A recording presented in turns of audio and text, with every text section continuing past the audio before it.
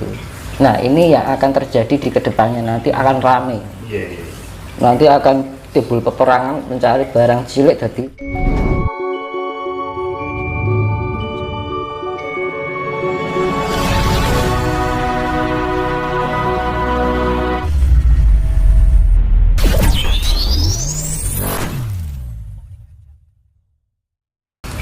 Itu biar tujuan saya ini kan biar ayo toh kan gitu loh, kabeh iki bagian dari kita semuanya gitu loh. Kalau kita mau berbondong-bondong saling menyalahkan, saling menjat, terus piye kan gitu. Tujuan spiritual gopo toh jane kan ngono loh. Akhirnya kan lepas atau keluar jalur, ya kan. Padahal kita mengidentifikasikan diri kita bahwa kita adalah spiritual, tapi kita tidak hanya sebatas status, tapi benar-benar hakikatnya itu ada, yaitu jadi dengan energi dan kesadaran cinta welas asih itu akhirnya kita bisa menampung semua pencarian orang lain, menghargai, tidak mudah menghakimi, menjelekkan. Itu damai sekali mas jika bisa sampai di level itu mas. Iya kan, tujuannya spiritual kan untuk mencari kedamaian.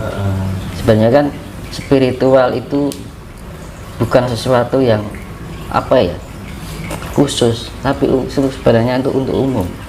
Jadi setiap manusia itu diperlukan spiritual.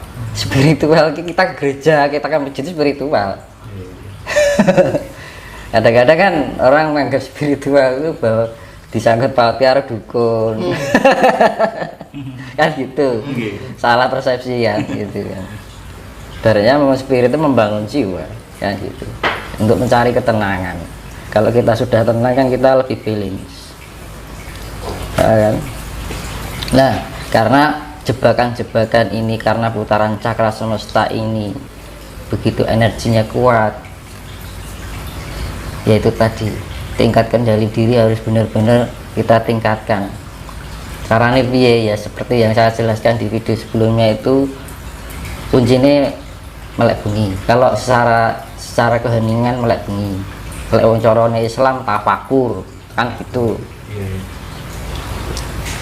Jadi lebih kita memahami diri daripada kita harus menilai orang lain ya gitu. Terkecuali orang minta pendapat, itu beda lagi. Ada orang minta pendapat, kita kasihkan solusi, nah gitu kan beda lagi. Mas coba tolong aku nilai aku orangnya bagaimana. Nah itu kan beda lagi permintaan. Kita saling inilah, saling mengisi, saling menguatkan, membuka satu sama lain. Nah itu fungsinya kedamaian, karena kan di zaman besok itu ya namanya kan zaman asmara toro. Asmara itu kan kasih, toro itu kan sifatnya meluas, jadi semuanya itu. Makanya di dalam perjalanan ini jangan sampai kehilangan, dieling-eling satu aja, aku kudu duwe sifat welas asih. Ketika saya berbicara jelek, loh kok aku kehilangan sifat asih, iya kan.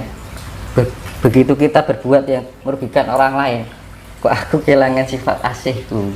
Nah kasih welas asih, kasih sayang itu diingat-ingat terus. Nanti lama-lama terbiasa dengan sifat kasih itu, tanpa diingat-ingat sudah menjadi keterbiasaan, iya kan. Nah gitu loh, makanya saya bilang welas asih itu kata sederhana tapi nggak mudah hakikatnya. Secara kita kehidupan sehari-hari itu nggak mudah. Saya misalkan divisi uang, gelem ora matur suwun kan angel. Ya dilek-elek uang, wah iki piye ya kan. Makanya kan hati-hatilah, jangan sampai kita menyinggung, wah ini ya konek dilek-elek kan gitu. Nah ini yang akan terjadi di kedepannya, nanti akan rame. Nanti akan timbul peperangan mencari barang cilik tadi becik ke titik olok ketara, sing barang cilik tadi barang sepele dadi gawe. Nah kriwian dadi grojokan, bahaya ini.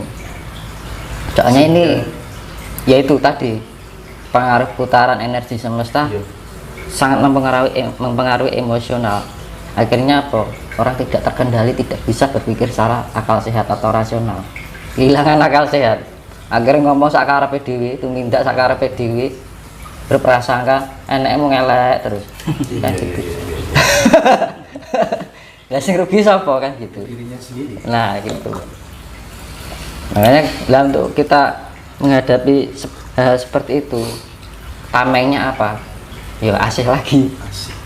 Ya wis lah, mau diarani ngene kok. Iya. Sing penting Gusti Allah sing ngarani kan ngono to. Diarani menungso gampang seperti itu. Iya, Mas. Nah, itu masalah apa namanya? Tapi kan sampai level itu kan ya Proses. enggak gampang ya, Mas. Ya makanya itu kan perlu dilatih kan. Itu kedewasaan, bijaksana. Makanya seperti saya bilang, hal yang berat itu kalau dibiasakan akan menjadi ringan. Iya. Hal yang tidak biasa jika dibiasakan menjadi biasa. Nah, semua itu karena dibiasakan itu tadi. Kalau kita nggak mau membiasakan, kalau nuruti karep, ngatur ego ya sampai usia kapanpun orang itu nggak ada perkembangan. Karena gini, di mana orang meletakkan ego, pertumbuhan kedewasaannya akan semakin sulit.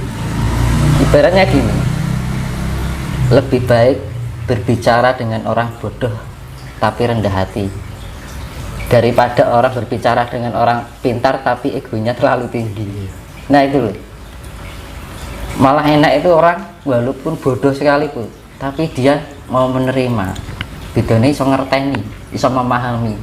Tapi kalau orang ada yang pintar merasa benar, akhirnya kita memberikan masuk yang sekiranya baik untuk dia, nggak kena balik. Jadi dia malah sibuk mengkomparasikan, membandingkan pencapaiannya dengan orang lain. Oh, ini akhirnya dia memberikan penilaian, nah ini masih kurang gini, masih gini. Nah, penerimaan, menghargai itu memang tidak sembarang orang bisa sampai di situ, butuh waktu. Iya, makanya proses itu dibiasakan gitu tadi, dilatih terus. KPG tujuannya apa toh kalau enggak untuk kan kedamaian itu tidak dari orang lain tapi dari dalam diri kita sendiri. Sing lakoni ya awake dhewe, sing ngitung ya awake dhewe kan gitu. Iya Mas, penting sekali itu supaya ini ya namanya fungsinya spiritual kan untuk itu Mas. Jadi kita lebih ya seperti saya bilang kemarin yang di video sebelumnya itu kita lebih mawas diri, lebih ngulat sariro, lebih tepo sariro. Nah dhewe ngomong ning wong liya kira-kira omongane dhewe nglarani atine wong ora iki dipikir. Karena apa? Kita bisa bermain dengan drama kita, tapi kita tidak bisa bermain dengan karma kita. Karmane sing gawe sapa? Ora wong liya, awake dhewe. Lah karmane iku metune saka ngendi? Terutama ning lambe. Pikiran, rasa elek. Nah, iki lho yang perlu dihindari. Nah, kamangka untuk perpindahan fase peradaban zaman baru itu yang dicari adalah orang yang mulutnya bersih, pikirannya baik, hatinya suci. Hatinya suci itu dalam arti selalu berprasangka baik. Itu yang namanya level smart kecerdasan. Jadi smart, positif, smart, kita berpikiran positif kan gitu. Positif heart itu inner beauty, iya kan. Positif soul, jiwa itu untuk pengendalian, ya kan. Positif raga itu adalah power, kekuatan. Mas, ini saya langsung to the point aja ya. Gimana caranya langkah konkretnya, realnya yang bisa diterapkan di rumah masing-masing supaya orang yang dekat dengan kita itu terasa damai, omongan yang keluar dari mulut kita menyejukkan, ada sesuatu yang berbeda ketika dekat dengan diri kita menjadi pencerah secara tidak langsung, ya kan? Ada aura positif yang tertular ke sesama. Ini kan saya pengen tahu langkah konkretnya, realnya supaya tidak mentah pada tataran wacana, dialog-dialog, diskusi-diskusi yang kita bangun itu. Nah, praktik nyatanya yang bisa dikerjakan di rumah itu loh apa gitu mas? Jadi kan gini, ada dua, kan topo wening karo topo ngerami. Iya kan, kalau topo wening itu kita di saat di dalam keheningan, Oke. kita sering-sering introspeksi diri, perenungan, ya kan, kita merenungi kira-kira kekurangan kita apa, kita benahi, evaluasi diri, ya kan.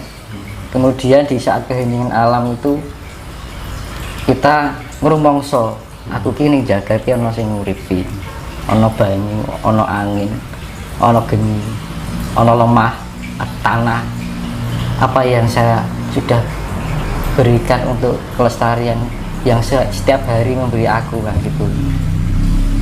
Berarti istilahnya itu memayu hayuning bawono. Terus tafakur, kalau malam ya ini tepo wening ya.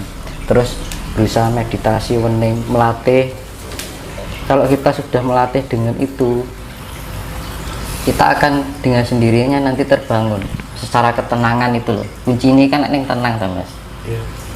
Jadi di dalam keheningan itu untuk melatih ketenangan, keseimbangan diri biar di dalam kehidupan sehari-hari itu tidak mudah goyah, terbawa emosi karena keadaan ekonomi, keadaan masalah keluarga, kan gitu.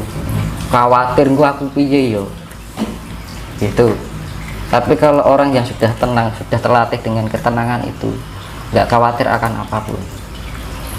Bahkan gue sifat khawatir nggak ada. Terus kalau sifat khawatir itu apa, larinya ke emosional, pikiran menjadi tidak sehat, akalnya sudah tidak berpikir secara logis, ngomong sakarepe dhewe, akhirnya cenderung omongan kita tanpa sadar menyakiti orang lain, iya kan? Makanya dibangun itu dalam ya seperti yang jenengan bilang dulu, sing anu masa akhirnya nah itu loh.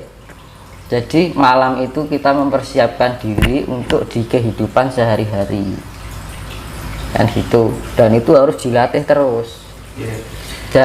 Dan jangan ada niatan itu hanya sesaat, kudu telaten. Kalau belajar masalah kasih hanya keinginan sesaat, percuma. Jadi harus konsisten ya. Konsisten, harus terlatih tiap hari. Nah, dasarnya apa? Dasarnya satu, niat. Kedua, tanggung jawab. Kenapa dibilang tanggung jawab? Lah dhewe urip ning dunya nek sing nguripi lho. Saat di tujuan urip ono apa wis mosok kon bermangan turu nyising kan ora mungkin kan gitu. Paling enggak kita bermanfaat untuk alam ini. Sehingga iki urip awake dhewe sapa kan gitu. Iya kan? Lah itu rasa rumangsa itu tadi. Iya toh? Terus rasa tanggung jawab itu tadi. Misalkan orang puasa beda. Misalkan orang laku puasa 1 hari sampai 40 hari. Nah, karena ada keinginan sesuatu mungkin ya. Itu habis itu balik neh padha wae. Tapi kalau melatih ketenangan diri untuk pencapaian kedamaian dan kasih sayang itu tadi kan, yang namanya ketenangan, kedamaian, kasih sayang itu satu paket, pasti itu terjadi. Kalau kita sudah tenang, pasti kita menemukan kedamaian. Di saat kita menemukan kedamaian, kita mempunyai pribadi yang penuh kasih sayang atau welas asih, itu pasti. Jadi kalau kita mendapatkan terpaan omongan orang gitu, mungkin kadang-kadang kita terbawa, tapi baru kok langsung respon, oh ya wis lah gitu kan, omong-omong aneh uang kan gitu, ibaratnya seperti itu.